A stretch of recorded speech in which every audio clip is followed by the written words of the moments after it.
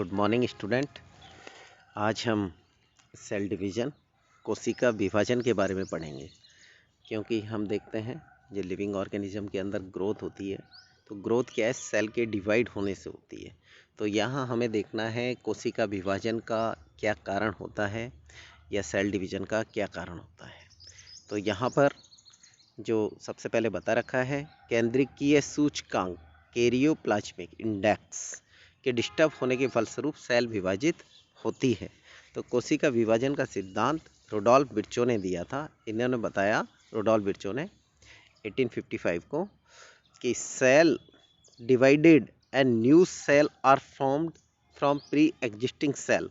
मतलब जो सेल बनती है वो पहले से पूर्ववर्ती कोशिकाएं जो उपस्थित होती हैं उन्हीं से सेल बनती हैं। ऐसा नहीं है कि सेल कहीं और जगह से बनेगी।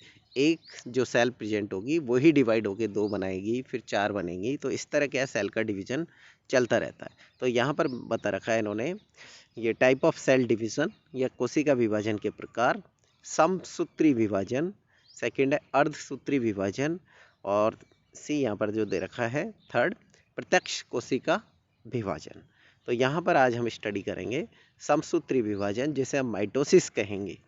तो कोशिका विभाजन का वह प्रकार जिसमें कोई मात्र कोशिका या जो मदर सेल 2 समान पुत्री कोशिकाओं में विभाजित हो जाती है तथा दोनों पुत्री कोशिकाओं में गुणसूत्र की संख्या मात्र कोशिका के समान होती है। तो माइटोसिस का जो हम देख रहे हैं, इसका जो नाम भी है समसूत्री। कहने का मतलब जो यहाँ पर जो नेक्स्ट जो डॉटर सेल बनती हैं और जो मदर सेल होती है, इनके अंदर क्रोमोसोम का नंबर सेम रहता है, जबकि मियोसिस के अंदर क्रोमोसोम का नंबर आधा हो जाता है। तो यहाँ पर जो माइटोसिस है इसकी खोज स्ट्रासबर्गर ने की थी और जो इसका नामकरण है वो फ्लेमिंग ने किया था। तो यहाँ पर दिखा रखा है, जैसे 2n से पहले सेल बड़ी होगी, 4n बनेगा, 4n से डिवाइड होने के बाद फिर वो 2 सेल बनाएगी, यहाँ पर 2n 2n। कहने का मतलब एक सेल से 2 सेल बन रही हैं, दोनों के अंदर क्रोमोसोम का नंबर यहाँ पर समान है। समसूत्री विभाजन जो हम देखते हैं कायिक या देहिक कोशिकाओं में होता है, सोमेटिक सेल में होता है, जिसका मुख्य कार्य शरीर की वृद्धि करना है। माइटोसिस 2 चरणों में पूरा होता है, एक तो है कैरियोकाइनेसिस, दूसरा है साइटोकाइनेसिस। तो कैरियोकाइनेसिस के अंदर तो यहाँ पर क्रोमोसोम का डिवीजन होता है, साइटोकाइनेसिस के अंदर साइटोप्लाज्म का डिवीजन होता है।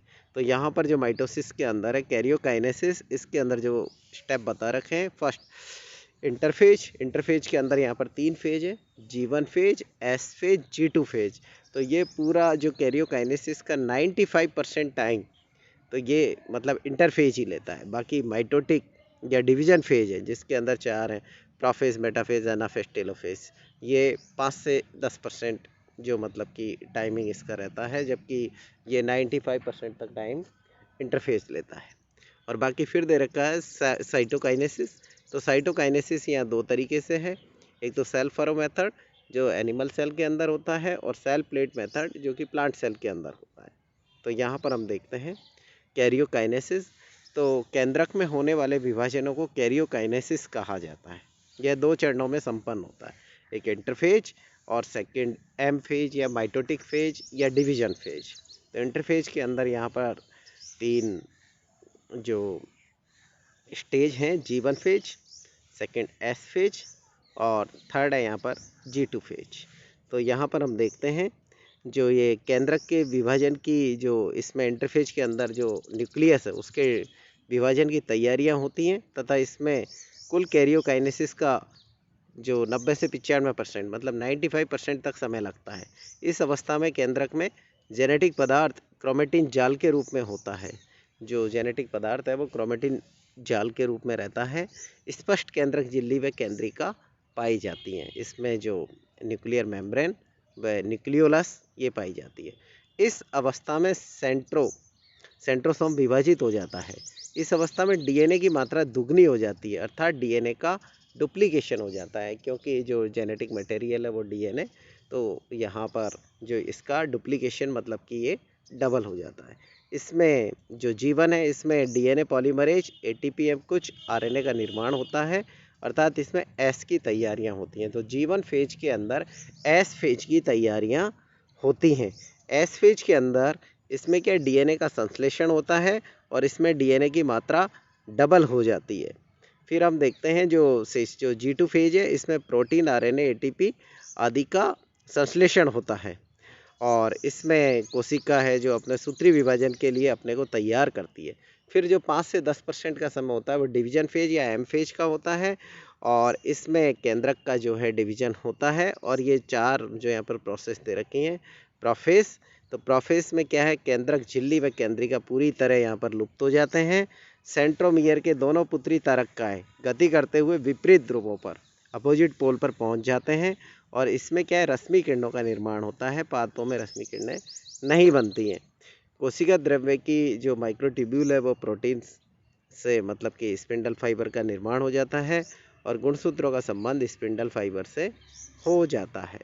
तो यहाँ पर अब गुणसूत्रों में संघनन हो जाता है, कंडेंसेशन, जिससे पतले गुणसूत्र मोटे गुणसूत्रों में बदलने लगते हैं।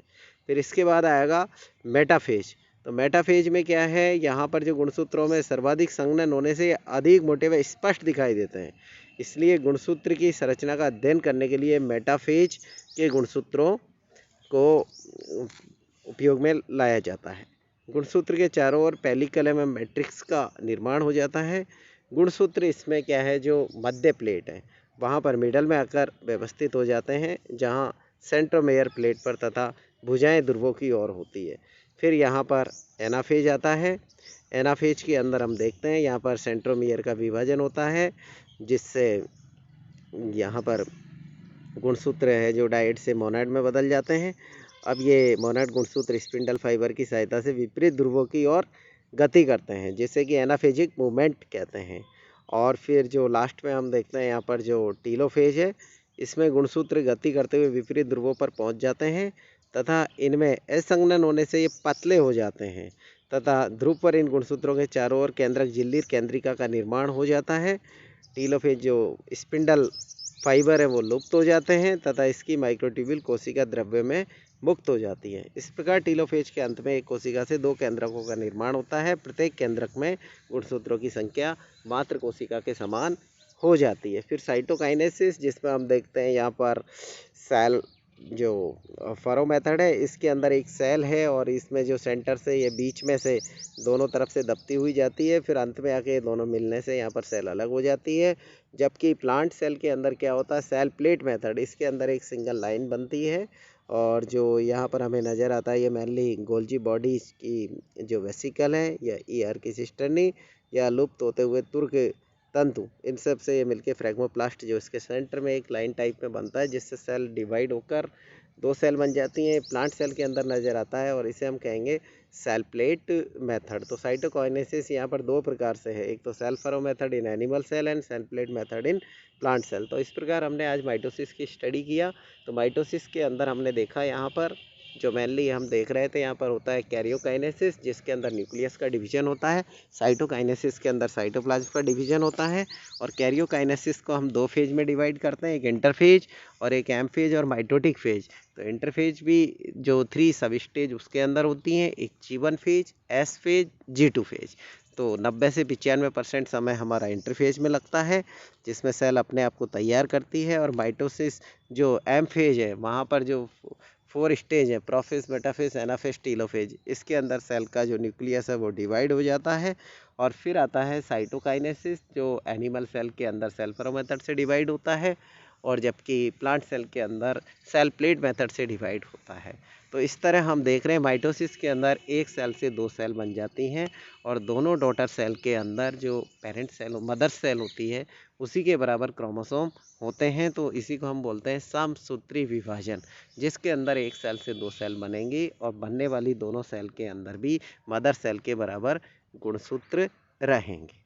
तो ये जो मेनली सोमेटिक सेल में होता है और इसके बाद हम स्टडी करेंगे मियोसिस की।